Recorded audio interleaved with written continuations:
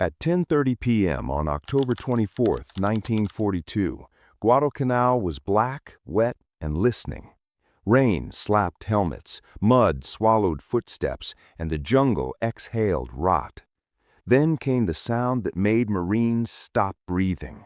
Thousands of men moving in the dark, wood creaking, metal ticking, whispered commands sliding between trees. By sunrise, more than 2,000 Japanese soldiers would be dead on this ridge. But right now, Sergeant Mitchell Page only knew this.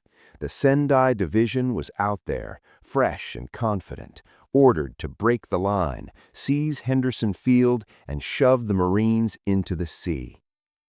Page crouched in a foxhole, water running off his sleeves, and ran his hand over the cold breech of a weapon half the Corps called a joke. The 37mm gun beside him looked like a farm cart cannon, thin barrel, small wheels, so unimpressive the infantry had nicknamed it the Pea Shooter. Men joked it couldn't punch through plywood, let alone stop what was coming. In other wars, they weren't wrong. Against tanks, its shells had sparked and bounced, and reports had already branded it obsolete. Back home, bigger guns were replacing it.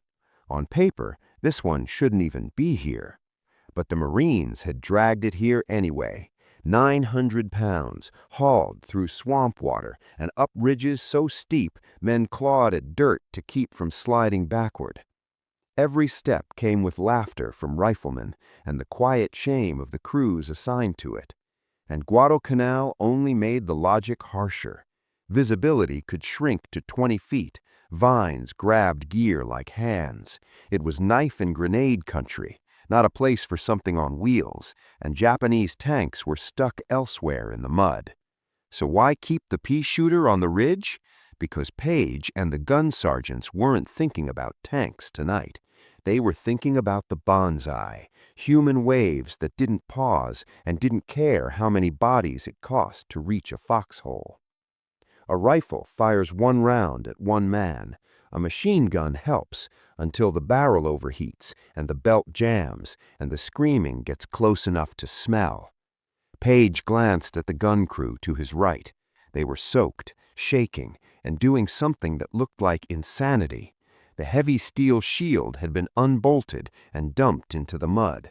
No protection, no comfort, just exposed men behind an open gun so they could swing the barrel faster, left to right, like a weapon meant for a brawl.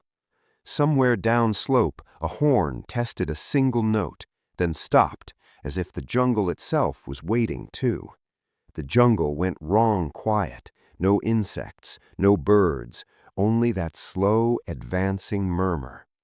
Page wiped rain from his eyes and watched the crew pry at a wooden crate shoved behind the ammunition stack, the stenciled label barely visible.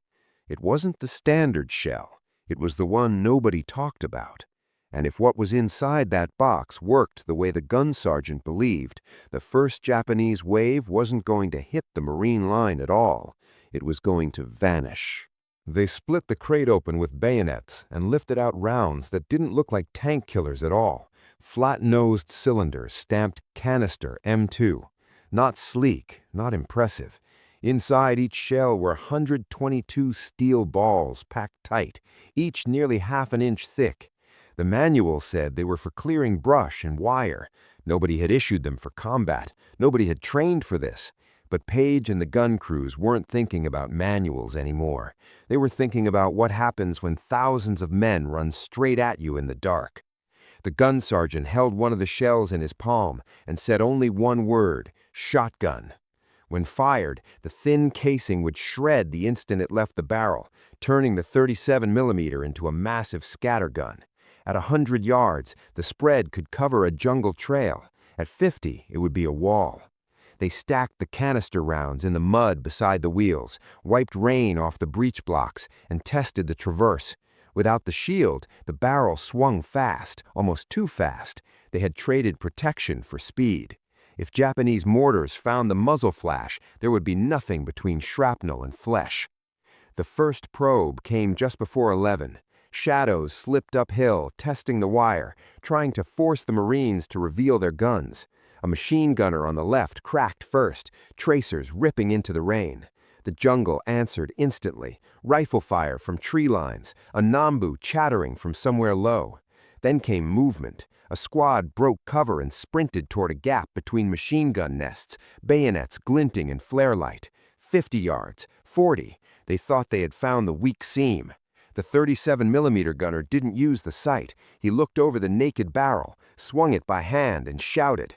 The loader slammed a canister round home. The breech clacked shut.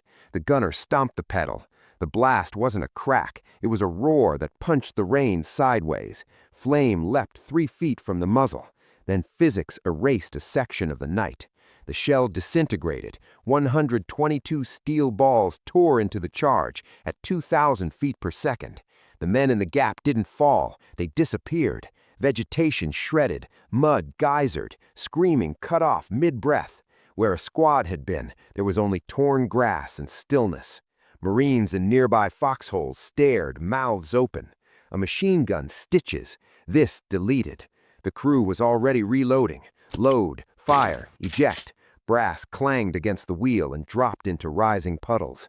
Japanese mortars began walking toward the muzzle flash. Bullets smacked into wheels and trails. Without the shield, splinters of wood and metal bit into the gunners' arms and faces.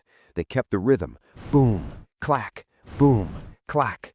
The horn sounded again, longer this time, and the jungle answered with thousands of voices rising into a single roar. Banzai! It wasn't a probe anymore. It was a flood. Brown uniforms surged from the tree line in a solid wall, officers waving swords, flags whipping in rain. Machine guns opened, tracers pouring down the slope. Men fell, more stepped over them. 80 yards, 60. The Pea Shooters barked in unison. Each shot carved lanes through the charge, mowing grass and men alike. But the wave didn't break. It absorbed and kept coming, bullets snapping into the exposed crews, grenades thudding into mud pits. One loader pitched backward, shoulder torn open. Another Marine dove in to take his place. The barrel began to smoke, paint blistering under the heat. The recoil hammered the wheels deeper into the earth. The gunner swung right, saw an officer leading a flanking push, and fired.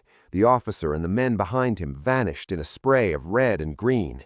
The crates beside the wheel were already lighter, and the chanting wasn't fading. It was getting closer. Midnight bled into 1 o'clock, and the ridge stopped feeling like a defensive line and started feeling like the inside of a furnace. The 37mm guns were firing past their rated limits, 25 rounds per minute in the manual, 30 or more in reality. The recoil system slammed so violently that the wheels bounced off the mud and came down crooked. Steam rose off barrels as canteen water flashed into vapor on contact. Grease had cooked away hours ago, breech blocks ground metal on metal. The loaders had to kick the handles open with their boots because the steel was too hot to touch. Targets were no longer individual men. The target was the darkness itself. Clusters of Japanese infantry surged forward in 10s and 20s, throwing grenades, firing from the hip, climbing over their dead. The gun crews answered with speed, load, fire, eject, each canister round sweeping a cone that flattened grass and bodies alike. The jungle in front of the muzzles looked bulldozed, trees bark stripped and vines cut into ribbons. But the cost of stripping the shields was coming due. Bullets snapped through the pits, shrapnel slashed exposed faces and hands. A mortar landed 5 yards short of the left gun and lifted 900 pounds of steel off the ground. The gunner hit the mud, ears bleeding, crawled back, checked the sights by instinct, and stomped the pedal again. Boom! Another wall of steel. Somewhere to the right, a loader slipped on a carpet of spent brass and went down. A rifleman jumped in, wiped a muddy shell on his shirt, and shoved it home. The chant didn't break. It thickened. At 2 a.m., the inevitable happened. A suicide squad crawled a drainage ditch and popped up 20 yards from the No. 2 gun. 3 grenades arced in. The blast killed the crew and twisted the wheel sideways, the barrel pointing uselessly at the sky. The rhythm cut in half. The Japanese felt it immediately. They surged for the gap, pouring through wire, screaming. This is where lines usually collapse. Page didn't. He grabbed his machine gun and ran toward the silence. He slid into the crater where his men had been, set the gun on the lip of the foxhole, and opened fire alone. 10 yards. 8. He swept left and right, cutting down men climbing the sandbags, shouting into the dark, buying seconds with every burst. Behind him, the remaining 37mm crews were scraping the bottoms of their crates, mud-caked rounds, fewer each minute. The loader reached into wood and felt nothing. Checked the next crate, empty. The gunner and loader locked eyes. Silence. The Japanese heard it too and charged harder. A runner came sliding in from the rear, hauling a different crate, armor-piercing, solid slugs meant for tanks, useless against a human wave. "Load it," Page shouted. The slugs slammed home. The Japanese were 30 yards out now, faces visible in flare light. The gunner didn't aim at the men, he aimed at the ground in front of their feet and fired. The steel slug hit volcanic rock at 2,000 feet per second and shattered the earth into a spray of stone shards that ripped upward like a grenade. Men in the front rank went down, clutching faces and legs. "Bank it off the ground," someone yelled. They did it again. Slugs into rock, rock into shrapnel. It wasn't as wide as canister, but it was violent, and it kept heads down. They were throwing the island at the enemy. The eastern sky began to bruise purple. Dawn was coming, and with it, American aircraft. The Japanese commander committed his last reserves, fresh troops pushing in a solid flank, ignoring machine guns, marching over their dead toward the guns themselves. The final armor-piercing round fired. The breach clicked open on nothing, truly empty. The nearest attackers were 20 feet away. The gunner stood, ramrod in hand. The loader grabbed a shovel. They planted themselves in front of the toy cannon as if their bodies could replace ammunition. And then, from the rear, a new roar ripped the rain, fresh machine guns crashing into the gap as reserves finally fought up the ridge. The fight collapsed into hand-to-hand chaos, rifle butts, swords, wrenches, fists, and in the middle of it, the last 37mm crew held their ground, waiting to see if the tide would finally break. The tide did not break gently. It shattered. When the reserves slammed into the gap behind Page, the ridge became a whirlpool of bodies, Marines crashing downhill, Japanese surging upward, men colliding in mud slicked with blood. Page's machine gun jammed. He ripped it free, swung the hot barrel like a club, and drove forward, because retreat meant the airfield, and the airfield meant the island. The remaining 37mm crew, empty guns smoking beside them, fought with whatever was in reach, ramrod, wrench, bare hands. The Japanese Imperial Guard pushed to within arm's length of the wheels. A sword flashed, a rifle butt answered, a grenade rolled and burst, showering both sides with dirt and steel. And then something subtle happened that only veterans recognize. The momentum changed direction. The screaming lost its edge. The men charging began to hesitate, not because they were out of courage, but because the line they expected to crack would not crack. Dawn seeped over the treetops like diluted ink. The light did not bring relief, it brought clarity. In that gray wash, the Marines could finally see what the night had hidden. The jungle in front of the guns was gone, not thinned, erased. Trees were bark-stripped and splintered into toothpicks. Kalana grass lay shaved to the mud. The slope was layered with bodies 3 and 4 deep where the canister cones had swept.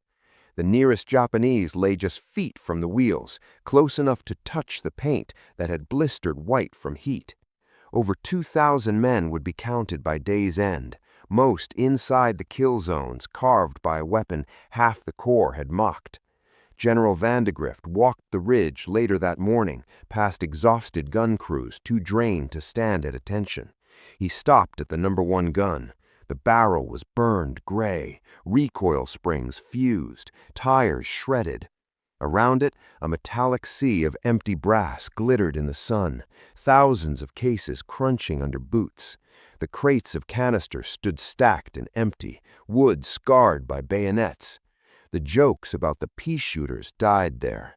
If the pea shooters hadn't been dragged through swamp and ridicule, Henderson Field would be flying the Emperor's flag. The 37mm had not failed, the assumption about it had. It wasn't a tank killer on this ridge, it was a jungle broom. Word traveled fast. In the days that followed, every infantry commander wanted a canister gun anchoring his flank. Supply depots were stripped. Every crate of M2 canister in theater was rushed forward. The crews who had once endured smirks now found riflemen volunteering to carry their ammunition and dig their pits. The transformation wasn't technological, it was imaginative. A weapon dismissed on one battlefield had become decisive on another because someone refused to treat doctrine as destiny. Page would receive the Medal of Honor for that night, citations about courage and leadership and refusal to yield, but he knew it had been a system of violence held together by men who wouldn't quit. Machine gunners stitching the dark, riflemen filling gaps, and a toy cannon turned giant shotgun by a crate no one thought to use. By 1944, the war would move, and bigger guns, bazookas, and flamethrowers would steal the spotlight. The little 37 would be towed to the rear, stripped, melted, forgotten. But on one rain-soaked ridge in October 1942, when experts said it was obsolete and the enemy said it was irrelevant, that thin barrel held the line. And if you ever walk past a small cannon in a museum and think it looks flimsy, remember this: sometimes the deadliest weapon isn't the biggest, it's the one someone is willing to imagine differently when the night closes in. By mid-morning, the ridge was quiet in a way that felt unnatural, as if the island itself was stunned by what it had witnessed. The Marines moved carefully through the churned mud, stepping over broken rifles, shattered swords, and the wreckage of a division that had marched in believing the Americans would fold. The bodies were stacked in the very lanes the 37mm guns had carved. You could trace each cone of canister by the devastation it left behind, perfect geometric corridors of flattened grass and torn earth. Officers counted. Medics searched for the living among the fallen. Runners carried reports back to Henderson Field. The number would harden into something official later, over 2,000 Japanese dead in front of a line that had nearly collapsed. But the men on that ridge didn't need arithmetic to understand what had happened. They had watched a weapon written off as obsolete become the anchor of survival. Vandegrift stood over the burned-out barrel of the number 1 gun and asked how many rounds had been fired. The crew shrugged. They had stopped counting hours ago. The brass piled around the wheels told the story better than memory could. When word spread through the division that the pea shooters had broken the Sendai charge, something shifted in the culture of the fight. Infantry commanders who had mocked the guns now requested them. Canister crates were dug out of storage and rushed forward. The 37mm crews, once assigned like an embarrassment, became the men you wanted on your flank when the jungle went quiet. It wasn't that the gun had changed overnight. Its muzzle velocity was the same. Its armor penetration tables hadn't improved. What changed was how it was used. The manual had defined it as an anti-tank weapon. Guadalcanal had redefined it as a crowd killer, a close-range wall of steel in terrain where lines of sight were measured in feet. Sergeant Mitchell Page would be decorated for his stand in the breach, and he deserved it. He had run toward silence when others might have frozen. But even Page understood that medals don't stop waves alone. It had been machine guns overlapping fields of fire, riflemen filling holes, and a pair of stripped-down cannons swinging like oversized shotguns that held the ridge. The Japanese attack had not failed because of superior technology. It had failed because the Americans adapted faster in the mud than anyone had expected. In the months that followed, the war would evolve. Shermans would roll ashore with bigger guns. Bazookas would give infantry portable anti-armor power. Flamethrowers would clear bunkers in seconds. The little 37mm would be phased out, its moment eclipsed by heavier, flashier tools of war. Many of the guns that screamed that night were stripped for parts or left to rust in rear depots. But their legacy wasn't in steel. It was in the lesson they carved into that ridge. A weapon is only useless if you insist on using it the way it was first described. The experts had judged the 37mm by how it performed against tanks in Europe. The Marines judged it by what it could do against men charging through jungle at 50 yards. On October 24, 1942, that difference in imagination rewrote the outcome of a battle. And somewhere in the rain-soaked dark before dawn, when the breech clicked empty and the enemy was 20 feet away, the fate of Henderson Field hung not on a superweapon, but on a so-called pea shooter and the stubborn refusal of a handful of Marines to let it be a joke. The sun did not rise gently over the ridge. It exposed it. The rain stopped sometime before dawn, and the first light slid across ground that no longer looked like jungle. 200 yards in front of the Marine line, the earth had been shaved flat. Trees stood stripped and splintered. Grass was gone. The slope looked scraped clean by a giant blade. And between the wheels of the 37mm guns and the tree line below, bodies lay stacked in uneven layers, uniforms soaked dark, rifles still clutched in rigid hands. The nearest dead were close enough to touch the blistered paint on the gun barrels. Some had fallen with bayonets extended toward the wheels. They had almost made it. Almost. The number 1 gun looked ruined. The barrel was burned chalk gray.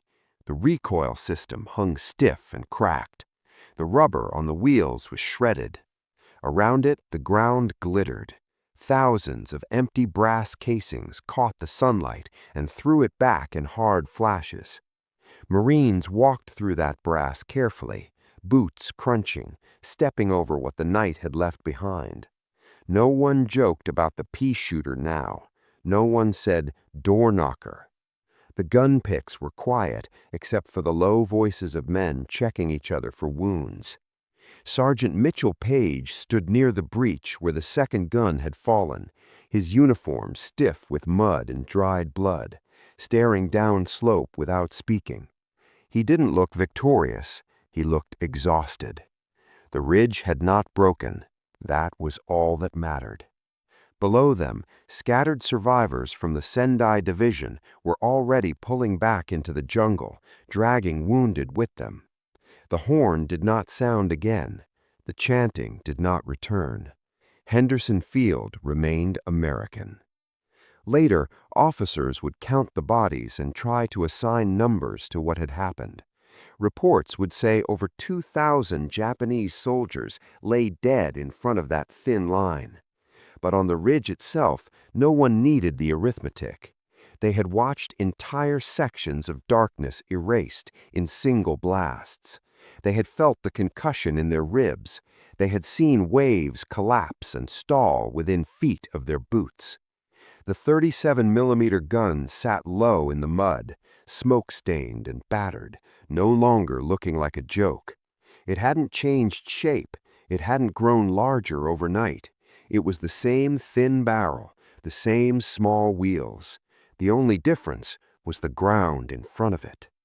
The Marines didn't salute it. They didn't pose with it. They just left it there, silent and empty, pointed toward a jungle that would remember that sound.